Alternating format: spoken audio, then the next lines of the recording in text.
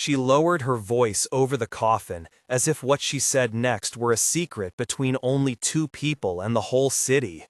Rain had turned the black ribbon on her sleeve slick, the flowers at the foot of the casket matted under a gray sky. People around her shifted and sniffed and stared at the ground. Cameras blinked their cold lights from a distance. Evelyn Hart pressed the edge of the wood with fingers that refused to tremble, and then, for a moment, she let herself tremble anyway. "I showed him the path I never had," she said, and the words were small and terrible and perfect all at once. "I showed him a way out. Now I will make sure no child is left to walk alone on the other side." That was all. A single line, a promise wrapped in grief, and a verdict wrapped in love. It landed like a stone thrown into still water. Conversations around the cemetery stalled. The mayor, who had come because he must come to such funerals, looked like a man learning how to look small. Journalists scribbled and whispered and recorded. Someone in the crowd wiped their face with the sleeve of a suit. Evelyn folded her hands against the rain, and, with the same care she had used to fold her son's shirts, she folded that raw moment into a memory that would not let go. They would remember the picture: a mother standing steady as a weathered flag, the casket like a small, dark boat on an endless sea. But what they would not remember soon enough was the map that lay under Evelyn's breath. It was not a line of vengeance, it was instruction. That single sentence threaded grief to action like a seam that would not be cut. If this reaches you and touches somewhere you keep in private, tell us where you're watching from in the comments. The funeral dispersed the crowd into a slow, rain-swollen drift of bodies. Some friends stayed to hand Evelyn sandwiches and umbrellas. A small cluster from the neighborhood lingered near her like people who had learned to live under the same storm. Cameras closed in on the mayor's soft, dutiful statement about tragedy and community support.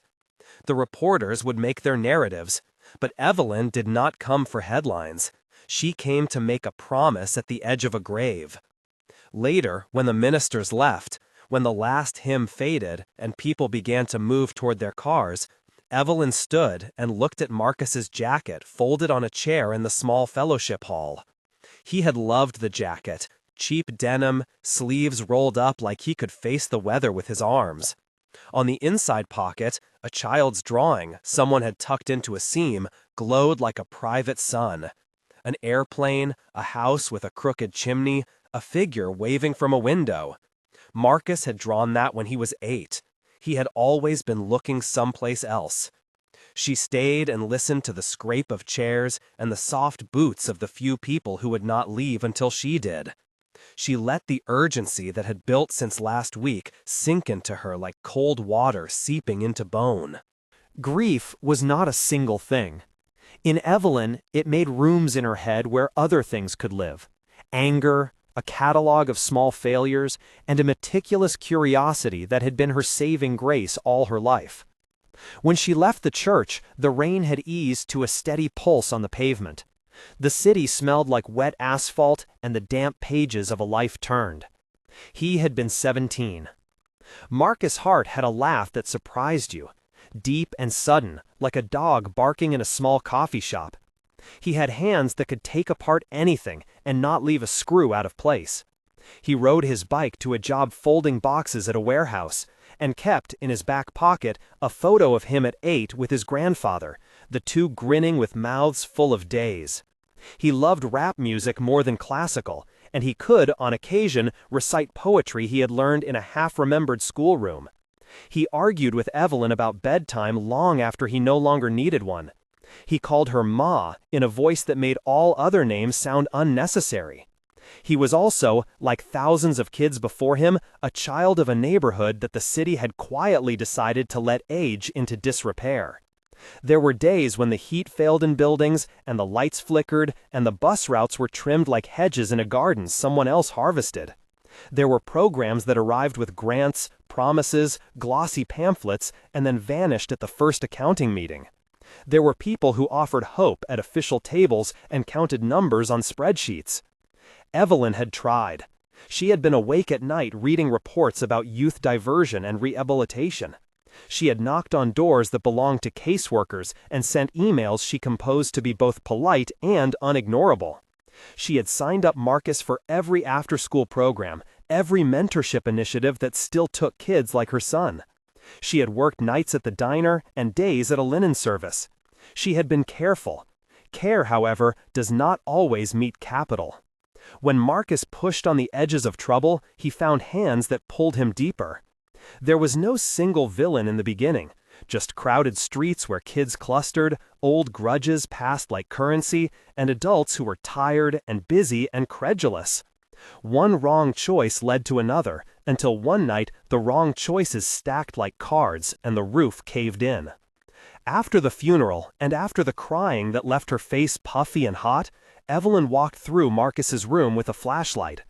There were objects she treated like relics: a blue skateboard with a cracked wheel, a box of mixtapes he had made, burned CDs with tape covers and block lettering.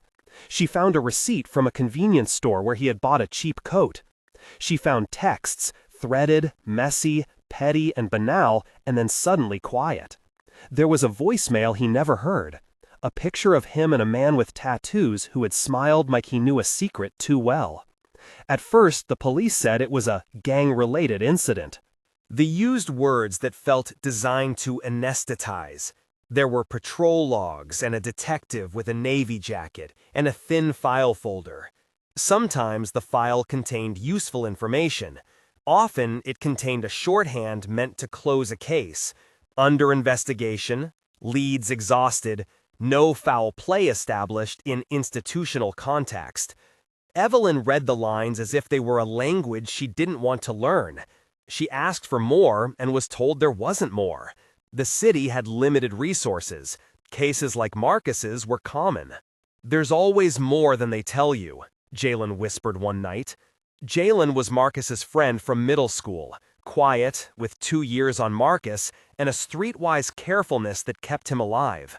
He curled a cigarette between his fingers and looked at Evelyn like a boy who had been forced to grow old overnight. "What else?" Evelyn asked. He looked at her like he could hand her a map. "People who can buy placement for kids," he said, words that tasted like the inside of a mouth after a long fast. "Places that get money for beds, for care. People who run those places don't always use the money for care." Evelyn had heard the phrase "for-profit placement" in the dry sentences of reports, but hearing it in the half-lit lobby of Jalen's building lodged differently. It left a shape in the air that could not be ignored. She began to lean into that shape because the police seemed satisfied to rest their hands on other things. The grief that had made her body feel like a raw nerve began to sharpen into a method. There were names in the rumor.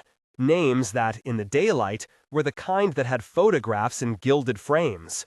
One was a man called Simon Hargrove, director of a private youth shelter called Meridian House.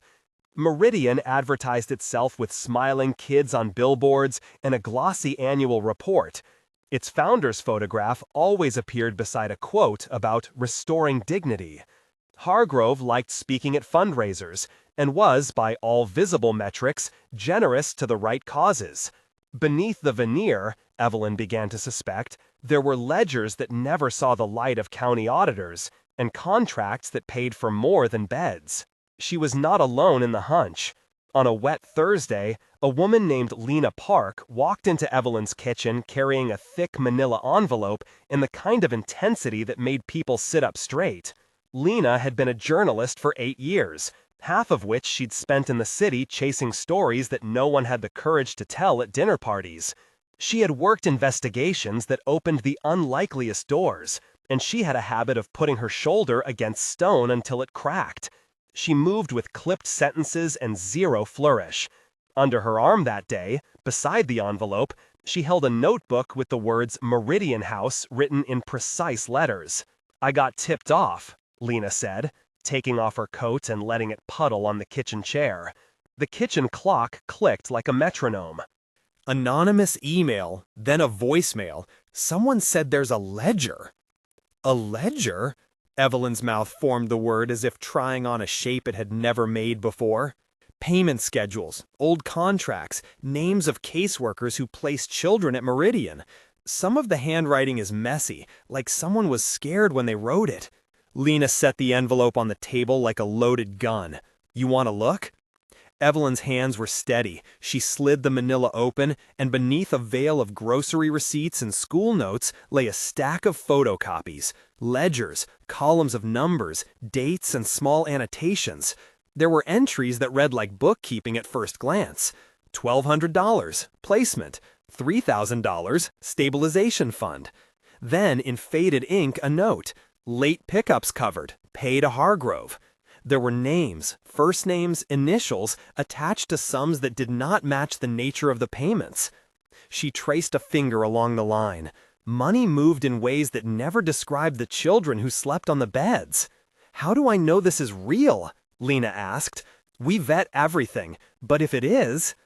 If it is, Evelyn said, and finished for her, then people bought the right to decide where children went. They bought silence. Lena's eyes went to Evelyn like someone watching a lantern be kindled. You want to go public? Evelyn thought of Marcus. She thought of the jacket folded on a chair, of the picture in the inside pocket, the crooked house, and the little waving person at the window. Her voice was small, practical. I want the truth out. I want them to answer. Investigations do not move in lines. They move in tangles. They require time and stubbornness, and people willing to reach into the places others pretend not to see. Evelyn began to gather the kind of people who could pry open a sealed world. There was Henry Cole, a private investigator with a crooked back and a sense of humor that arrived precisely when the lights went off. Henry had once been a cop and left with a box of regrets and a steady contact list.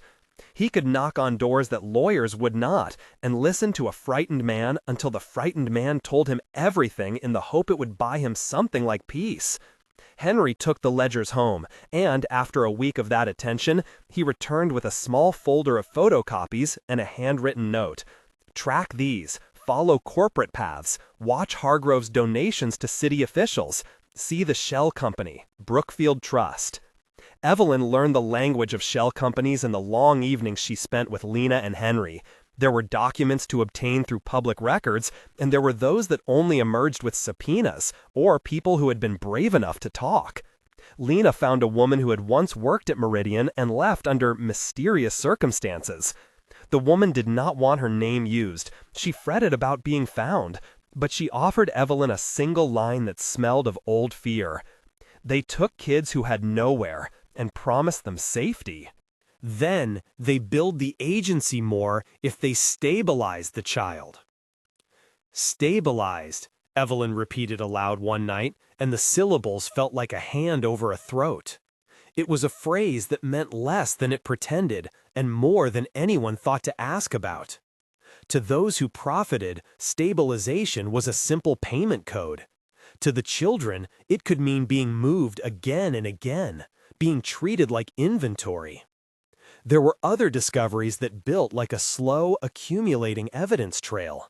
The city had a contracts office that approved payments, and, over a series of years, Meridian House had received more and more. Donations flowed to elected officials who, in turn, voted to increase placement budgets. A chain of emails revealed a conversational ease between some shelter administrators and the city's purchasing officers. Phrases like, "We'll make sure it's taken care of," and "No worries on the inspection, we have it under control." The ledger that Lena had handed Evelyn was more than one book.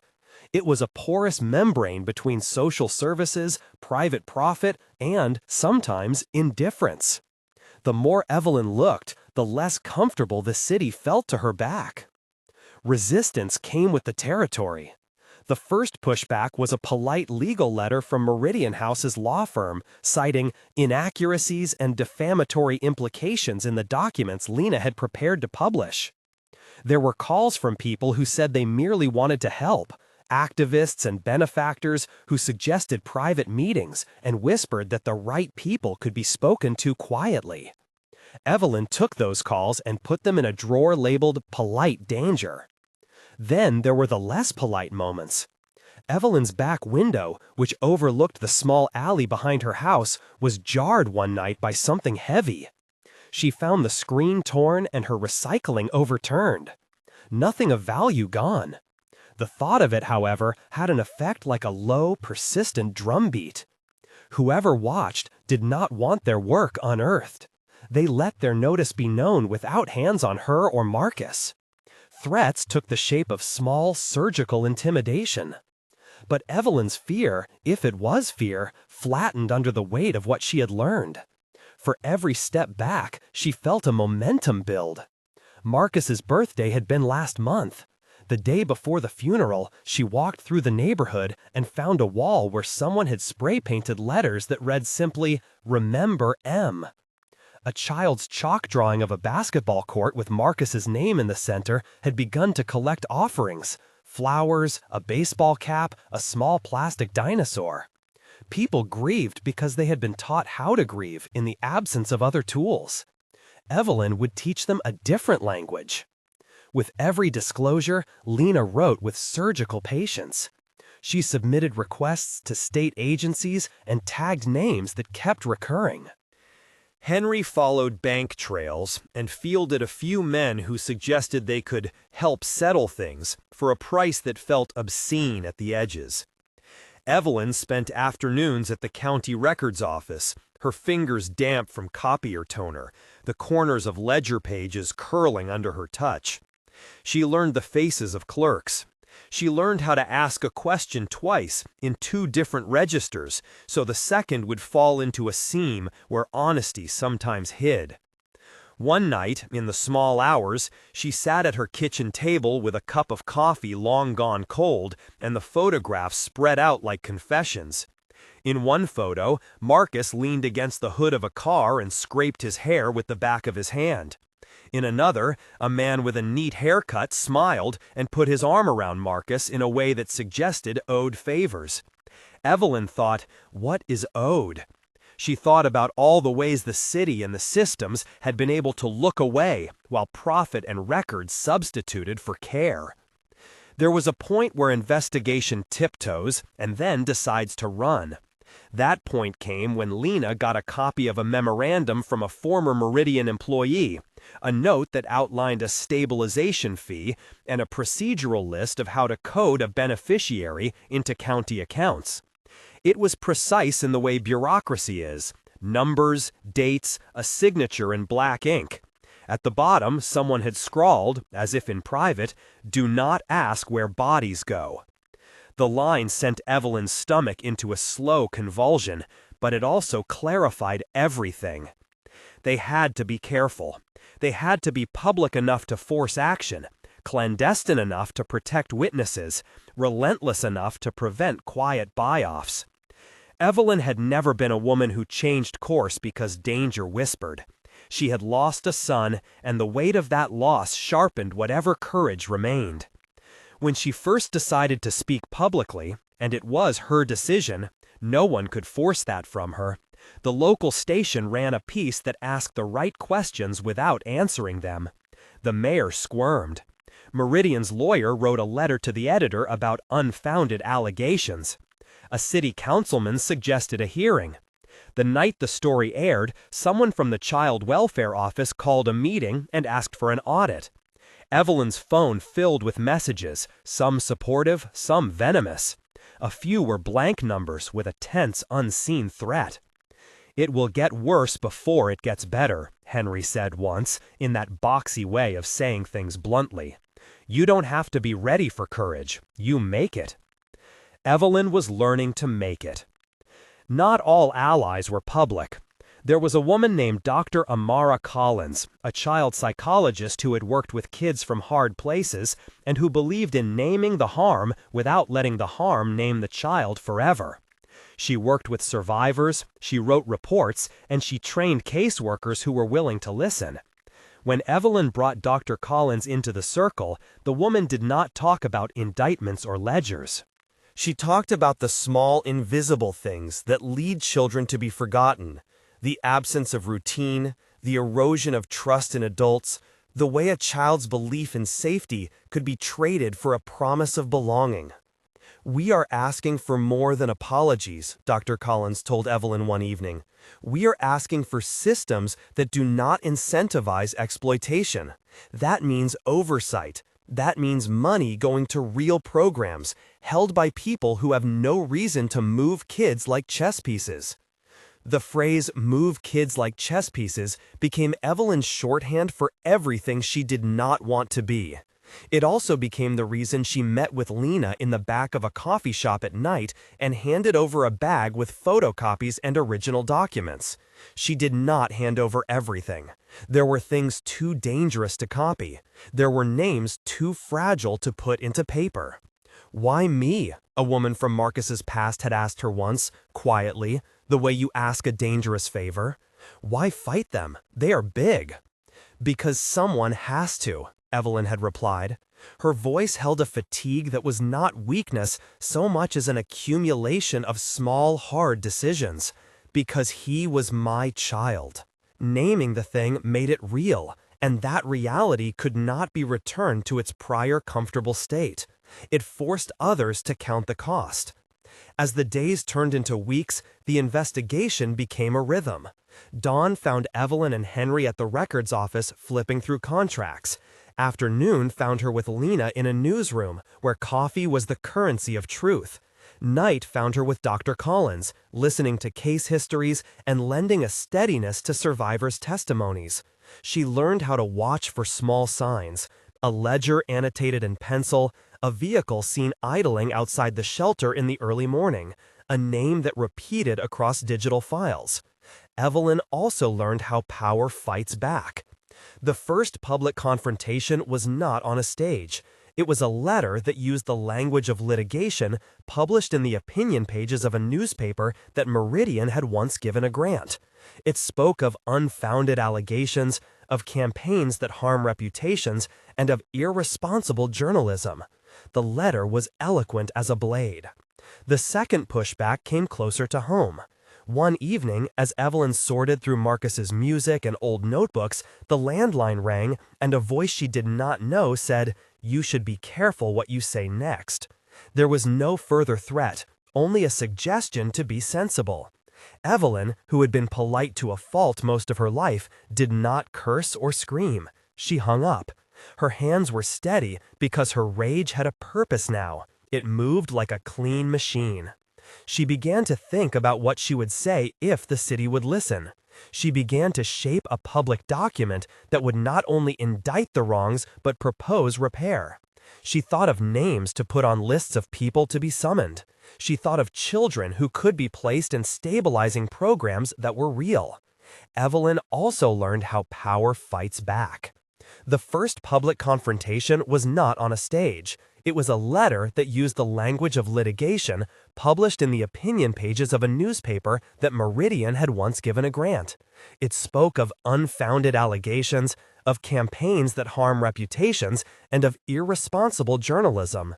The letter was eloquent as a blade. The second pushback came closer to home.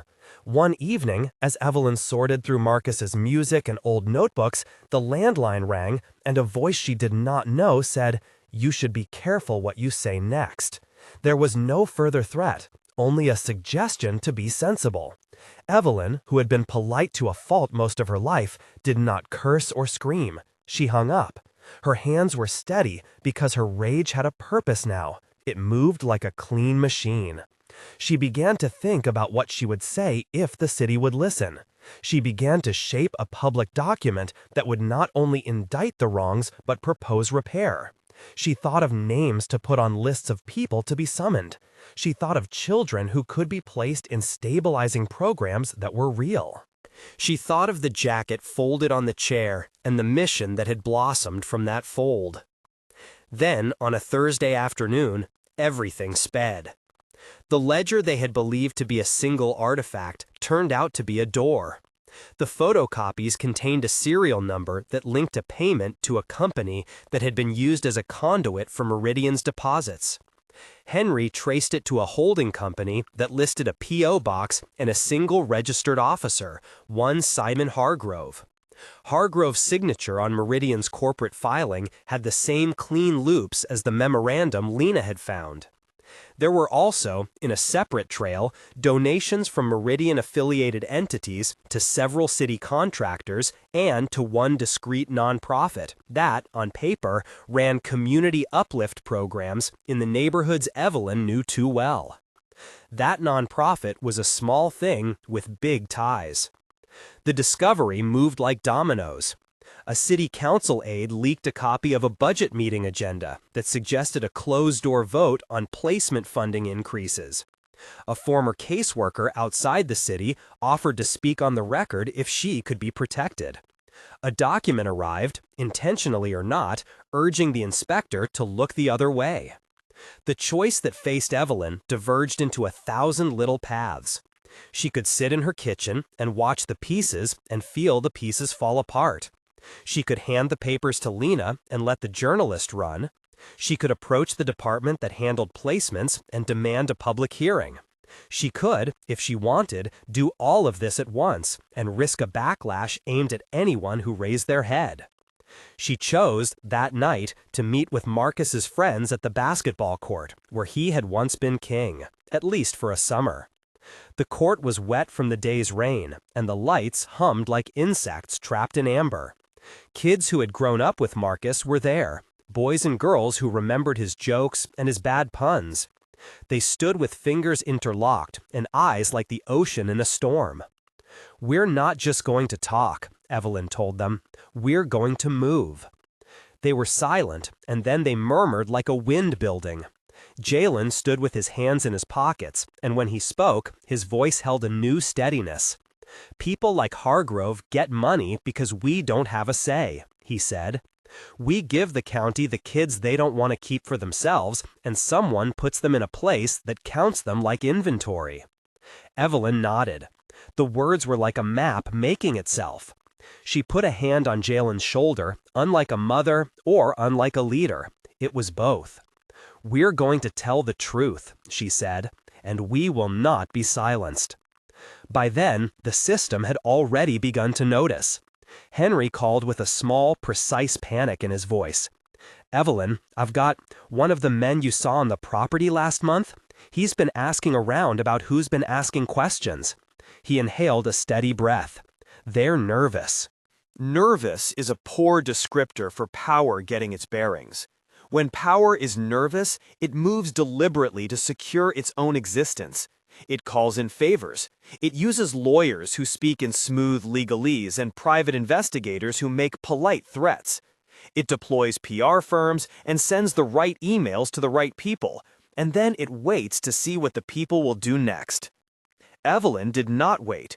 She walked into the local reporter's office with a box of photocopies under her arm. The newsroom buzzed with fluorescent impatience. Lena met her at the door, the manila folder now thick with additional pages and a sheen of small, heroic exhaustion. "Good timing," Lena said, as if timing were a thing you could wield like a weapon. "I don't want a quiet fix," Evelyn said. She placed the box on Lena's desk and slid a picture of Marcus on top. Smiling, hair in need of a trim, the sunlight caught on a grin that made the edges of his face softer.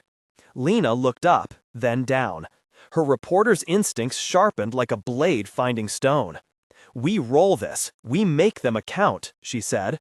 The newsroom felt like a rallied army, and the idea of being an army gave Evelyn a kind of steadiness. But as the conversations grew louder, as tip-offs and subpoenas and motions began to creak into being, there was one small, heavy thing that Elena and Henry could not foresee: the way a line, once drawn, invites people to cross it. There were eyes in parked cars, and a man who pretended to be a delivery worker who took notes on Evelyn's routine. Once, at night, as Evelyn returned from walking the block to breathe, she found a message stuck under the windshield wiper of her car. No words, only an Ernst card with an emblem she did not recognize. It was a reminder. You are being watched. Yet watching is not always enough to stop a movement. Sometimes watching warns, and sometimes it wakes. Evelyn felt the pressure of the world tighten and then expand. It was as if grief had entered into commerce and become capital she could spend. The more people she met, survivors, allies, officials who admitted quietly that the system had failed, the more fuel she had to keep moving. She could see, with a terrifying clarity, the architecture of neglect. And then, at the point where everything honed into focus, a small victory arrived. A child welfare inspector called for an audit of Meridian House. The city council announced a special session to review placement contracts.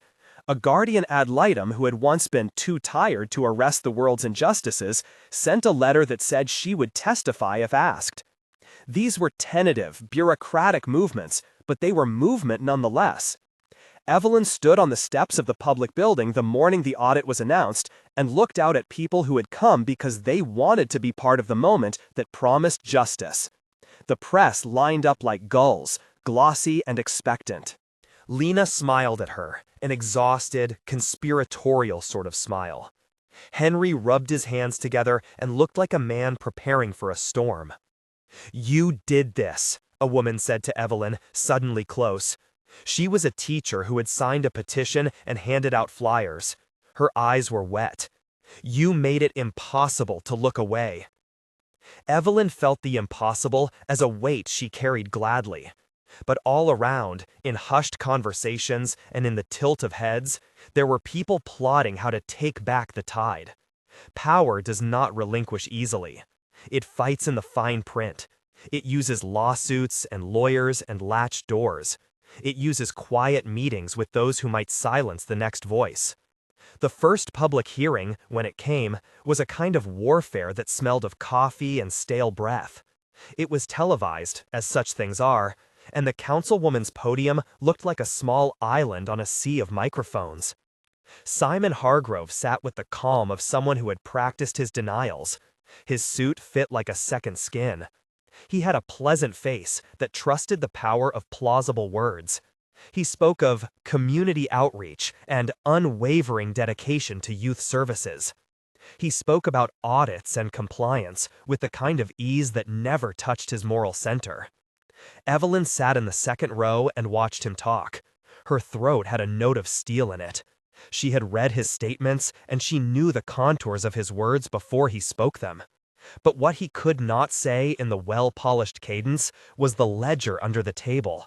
The payments that meant little children were shifted like cards. The contracts that made beds more profitable than counselors. He could not touch the photo in her hand. Marcus, smiling in a sunlight that had nothing to do with policy. When the council asked for statements, Evelyn rose. She walked down the aisle like a woman carrying a small, defiant flame. Some people expected a scream, others the slow, soft grieving of a mother. Evelyn didn't either. She placed Marcus's picture on the lectern, and she spoke. "They will tell you I want revenge," she said, and her voice was steady like a river. "I do not. I want accounts. I want to make sure other mothers do not stand where I stand. I want the city to be better than this." Her words did not tilt the room into an immediate revolution. They were not meant to. They were instead a registered insistence. The city's machinery had been called. Those in power would have to answer. The cameras took her picture. The news talked about an emotional mother and a complex case.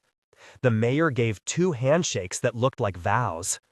But the ledger breathed beneath everything like smoke. It invited questioners. It made enemies who had fancied themselves invisible. It made Evelyn a target and a symbol, and an unwilling leader. That night, around the small hours, as Lena prepared to draft the first big story and Henry filed his notes, Evelyn sat at her kitchen table and held Marcus's jacket like it was a map. In the quiet, she wrote a list, not of names to shame, but of things she wanted to build. A legal fund for kids in limbo, a shelter overseen by people who lived in the neighborhoods they served, a transparency portal for placements. She wrote it in a hand that had spent years balancing paychecks and parental needs. The list became a document she kept folded next to Marcus's photograph. She also kept, in the box on Lena's desk, a photocopy of a single line in the ledger that no one had noticed at first, a transfer to an account labeled Stabilization Transport. The line was dated 2 days before Marcus's death. It was the first thread that looked like a cord pulling down a curtain. When you pull hard enough, the show behind it shifts. That was where part 1 of Evelyn's fight ended, for a moment, on the edge of a revelation. She had opened a door, and beyond the door was work. Subpoenas, witnesses, protection for those who would speak. It would not be neat, it would not be swift.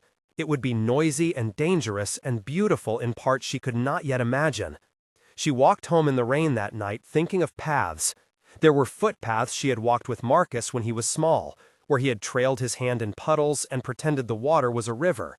There were asphalt paths that had taken him to late-night corners. And there was a different path she had not yet built, a wide, steady route that would, she promised herself, be paved not with ledgers, but with honesty. She slept poorly. The phone vibrated twice in the cold hours. She woke to a message from Lena. "We may have a source who will go on record tomorrow. Are you prepared?" Evelyn put her hand under her cheek and thought of the casket, of the line she had spoken by the wood. She repeated it to herself, quietly, like a prayer and a plan.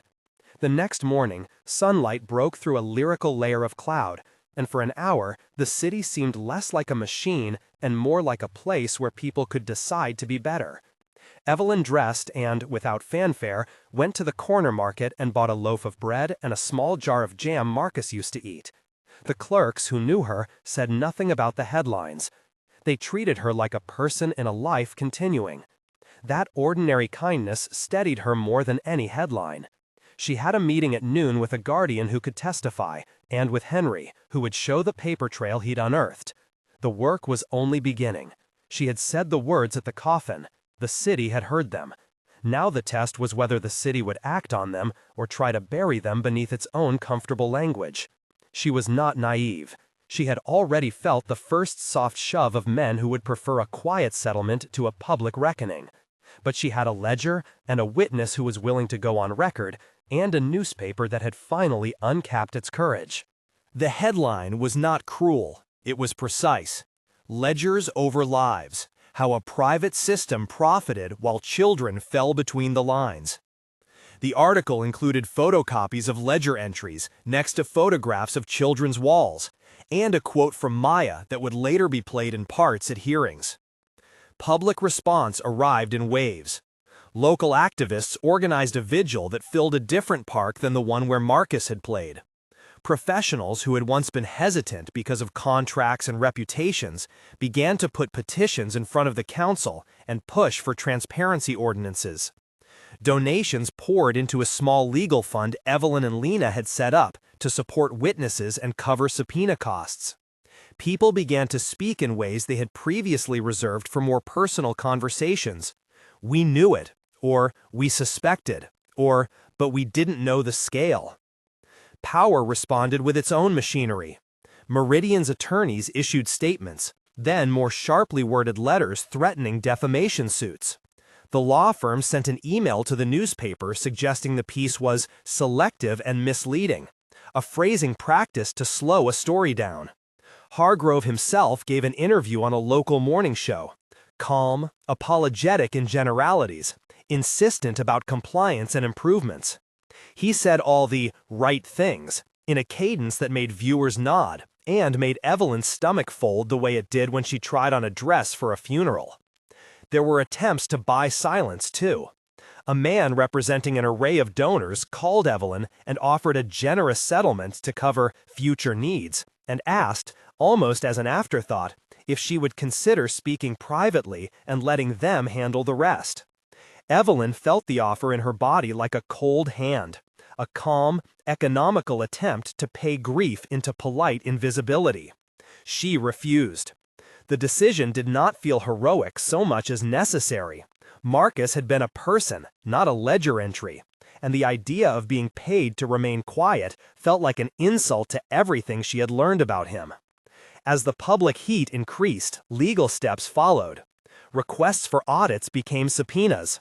A prosecutor assigned to public corruption began to pull threads that would have been impossible for Evelyn, Lena, and Henry alone. Henry's bank trail work, small, patient forensics on transfers that moved through shell companies, sat like a spine under the public narrative. The prosecutor's team worked with the county inspector on a coordinated action: search warrants, requests for internal emails, a plan to secure witnesses who had been fearful of retaliation. They moved carefully. The city's legal machine slid into its gears with the sterile power of paperwork and court orders. But even as warrants were drafted, the press spun the story as a soap opera of rich evils and poor victims, language Evelyn resisted. She wanted facts, not melodrama. She pushed for protections for Maya and other staff willing to testify, for proper custody of evidence protocols that would not allow Meridian's lawyers to claim lost files or inadvertent deletions. She insisted that the children's names be redacted in documents and that trauma-informed procedures be used for any interviews.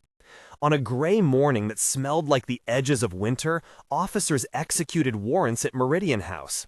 The scene was ordered and technical: vans, badge numbers, the hum of bodies doing the work of law. Cameras from distant outlets craned at the edges of the perimeter, but the officials were careful. They removed servers, copied hard drives, and escorted staff for interviews. The raid was not a spectacle in Evelyn's eyes. It was a painstaking, bureaucratic opening of drawers. Hargrove reacted with a new layer of assuredness: statements invoking compliance, promises of cooperation, and a neatly filed counter-narrative about rogue actors that did not reflect the organization's culture. His PR machine rolled out testimonials from donors and volunteers, polished faces that could be booked for community panels, all of it designed to anchor him in the public's memory as a man of service. It was the same move she had seen in other places, where power feared exposure: put pleasant faces on the machinery and call the investigation a misunderstanding. During hearings, however, the ledger entries and emails were difficult to wiggle away from. The prosecutor presented a mosaic: irregular payments, contracts with unusual clauses, and a pattern of obfuscation that matched the testimony of former employees. A financial expert walked the courtroom through what the charges called a conscious business strategy to prioritize placements for profit. It was a phrase Evelyn had imagined in long, late nights, a way to name intent without indulging in caricature. Still, the system's not theater. It is slow, and legal teams have time. Meridian's attorneys countered with motions and discovery requests that pushed the case into technical corners. There were days when documents that might have been useful disappeared into clerks' schedules and technicalities. There were other days when an unplanned piece of evidence, an email unearthed by Henry that described a special fund used for discretionary payments, moved the narrative in a new direction. And then came the first indictment. The district attorney announced charges that included fraud, falsifying records, and one count of conspiracy tied to the diversion of funds meant for child services. The headline said less than it felt. An indictment is a formal accusation and not a verdict, but for Evelyn, it read like recognition that the ledger had teeth. The case that followed was both smaller and larger than a single courtroom. In public hearings, in the press, in the alleys where parents gathered, and in the quiet kitchens where neighbors compared notes, the city was forced to account. Evelyn testified repeatedly. Before the council, at a panel for child services reform, in interviews where she wanted to speak plainly about Marcus and also speak for the children who would come after him. She did not rehearse righteous speeches. She spoke about details: the jacket, the mixtapes, the homework crumpled into a drawer. She spoke about the ledger because it was a material object that connected grief to the city's choices. Not everyone liked that she was the face of it.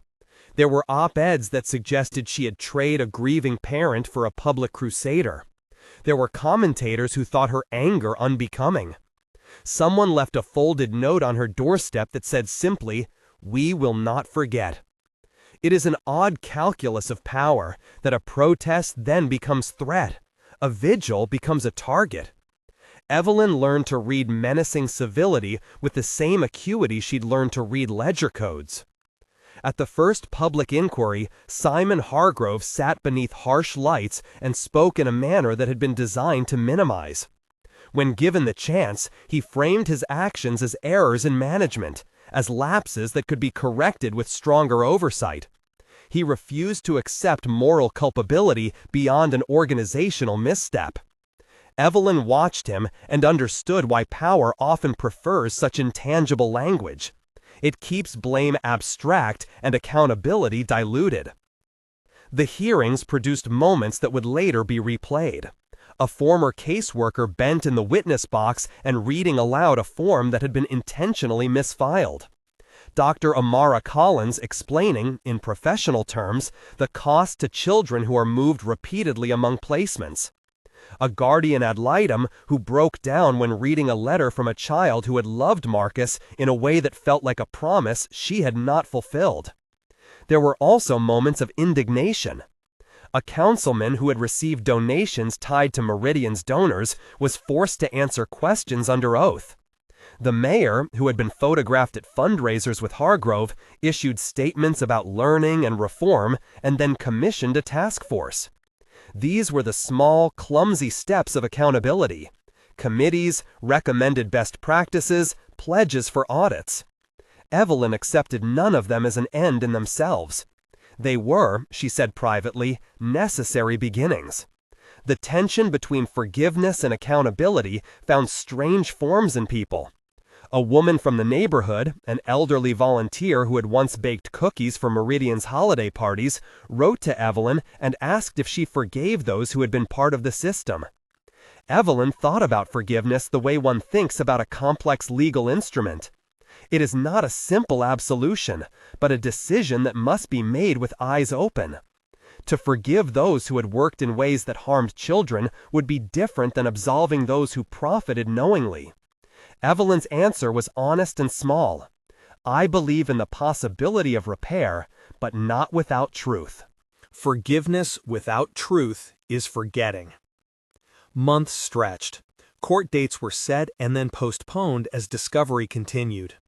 Some charges stuck, others were dropped or retooled as investigations branched outward to examine contractors and auditors.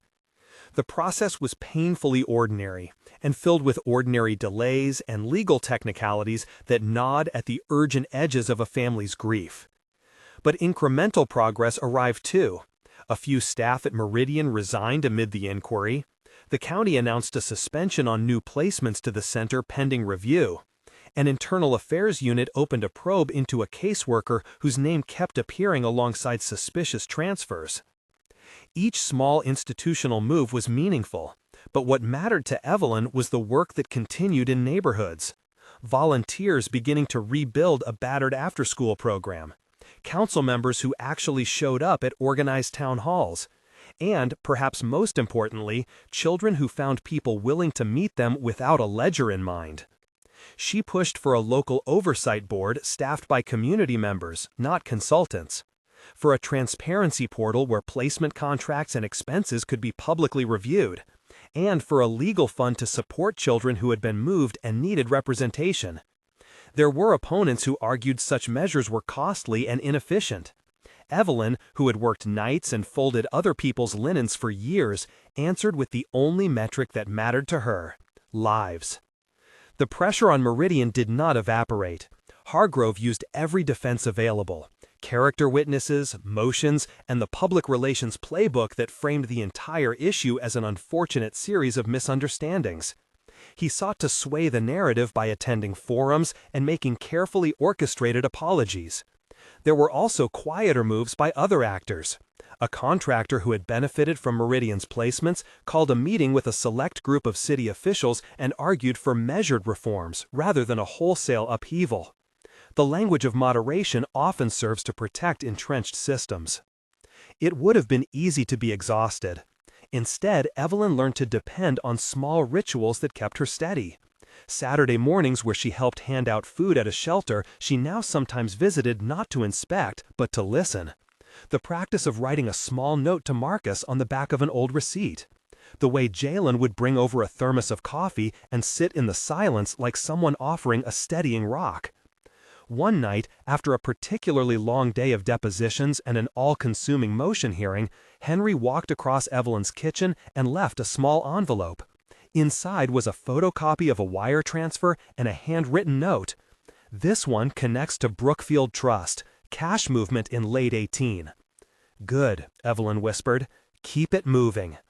There was no fanfare in that whisper. It was the mechanical language of stubbornness. The climax of the public phase arrived not in a verdict, there would be many hearings yet, but in a memorial the city could not arrange to ignore. The community organized an event in Marcus's name, a lecture series on child welfare, a plaque in the park, and a fundraiser meant to seed the kind of programs Evelyn had sketched on the back of that list. It was not the final victory. It was a celebration of endurance and a claim that Marcus's life would be a template for change. Evelyn came to the memorial wrapped in a plain coat and with a small paper bag that had, inside, the mixtape Marcus had once made for a friend. The crowd that gathered for the event had a different quality than the funerals. There were the familiar faces from the neighborhood, Lena and Henry and Dr. Collins, and representatives from agencies that had been forced to look at their practices. There were also young people, kids who had known Marcus, and those who had only heard his name as a stitch in their neighborhood story. When she stepped up to the podium, the sky was clear for the first time in weeks. The sun made the plaque's bronze soft and less accusatory. She could have spoken of indictments and audits, of the legal motion in the week ahead, but she chose instead something that felt essential, the human task beneath all the paperwork. "You came because you believed we could do better," she said. Her voice was the same steady thing people had heard at the funeral. There were no theatrics, no pleas for pity. "I stood at a coffin and I told a small truth. I showed him the path I never had. I showed him a way out. I promised that no child would be left to walk alone on the other side." She paused. The crowd rustled like leaves, and Evelyn felt the weight of the line she had spoken before settle into the moment again. She had used it as a vow at a grave. Now she unfolded it for a city. "Today," she continued, "I will add the rest of that lesson. It is short." She leaned forward as if sharing a private thing. "You cannot buy a child's safety with a ledger. You build it with hands and time and people who live in our neighborhoods. If you love a child, you do the work. Do not measure them in dollars." The sentence landed with a simplicity that made the reporters' notebooks fall quiet. It was not a wild call for revenge. It was a moral injunction that cut through the legalisms and the politics, a clear human requirement. People repeated the line later in interviews. Volunteers tattooed parts of it in their memory. It became the phrasing officials could not ignore, for to reject such language sounded monstrous in a public square. After the memorial, the city did what cities sometimes do when public pressure is sustained. Reforms were proposed and some were implemented. A transparency portal was established, its initial pages clumsy but honest, detailing placements and expenditures. The prosecutor promised to pursue those whose actions had beached children in harm's way. In homes across the neighborhoods, small signs of hope took root. An after-school space that Marcus might once have used was rehung with a mural of a child with a crooked chimney house and a figure waving from the window, an echo of the drawing tucked in his jacket. A scholarship fund in Marcus's name helped kids attend vocational classes. The oversight portal, rough at first, became a resource parents used to demand clarity. The work was not the sweeping reform Evelyn had imagined in those first nights of fury. It was granular, incremental, and stamina-based, but it was real. Years later, a small ceremony marked a different kind of closing. A plaque affixed to a bench in the park.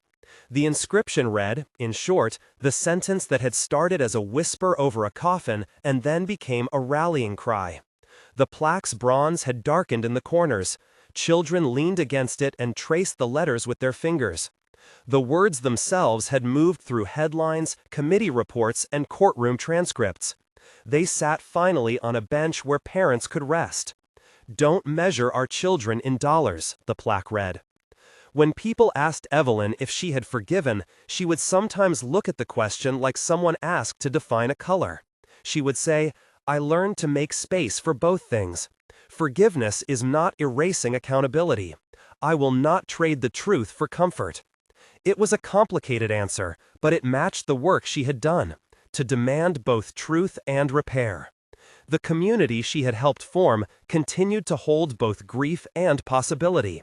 Some of the survivors stepped into leadership roles. Some of them wrote and testified. Some chose, quietly and bravely, to live their lives away from the cameras.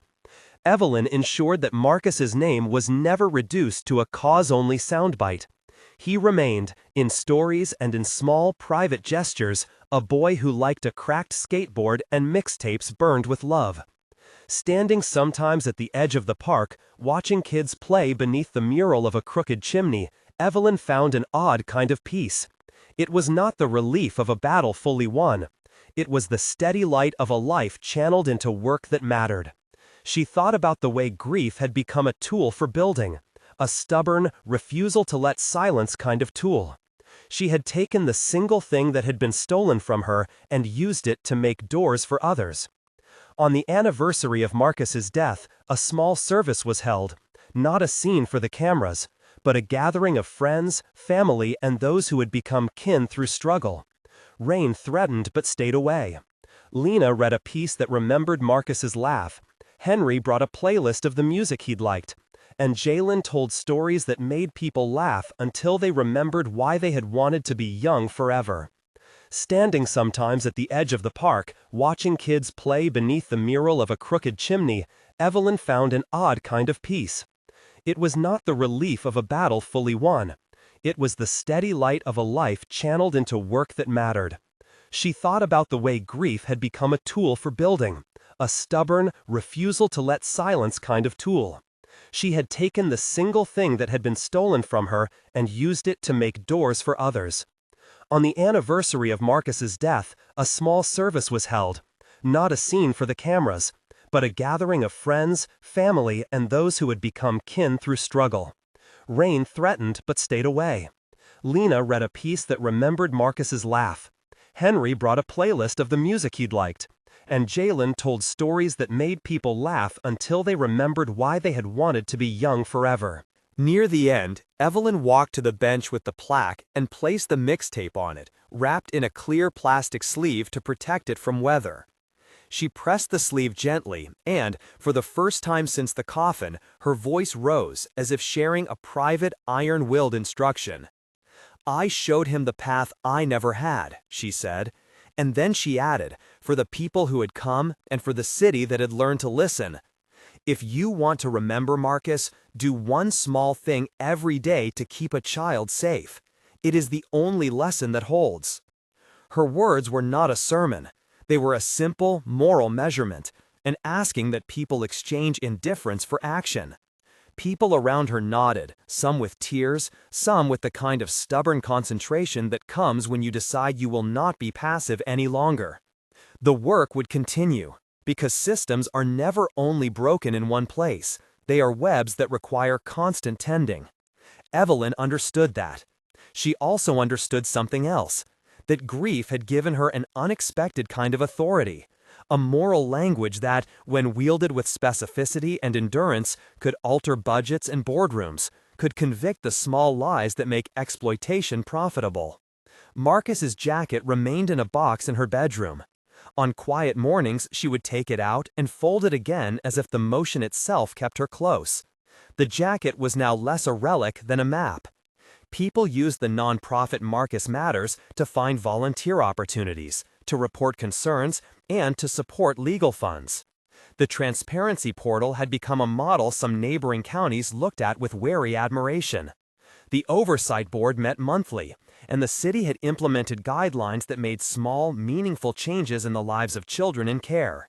At the end of her days in that chapter, Evelyn stood sometimes on the tiny porch of the nonprofit office and watched kids arrive for programming. She saw faces that might once have been invisible to a system that counted placements and not people. She saw Jalen laugh as he corrected a boy's free throw, and Dr. Collins kneel to tie a child's shoelace with the tenderness of a nurse who had learned to mend more than fabric. The last image of this part of the story is quiet. Evelyn, weathered and steady, leaning on the park bench that wore a plaque with simple words. A child runs past, a kite dips in the late sun, and the city moves in cyclical, imperfect ways. There will always be more work, more hearings, more nights when someone hears the wrong kind of knock on their door. But the ledger that once measured children had, at least in one corner of the city, been rewritten by people who refused to be priced out of compassion. If this story moved you, consider that change is built by small, steady acts. Links in the description will connect you to organizations doing hands-on work to protect children, and to resources that can help you learn how to advocate locally. If you want to follow this family's next steps and to stay updated on reforms and ways to help, subscribe to the channel. Share this story with someone who believes a child's life is worth more than a ledger. Together, the small measures of care will be the path out.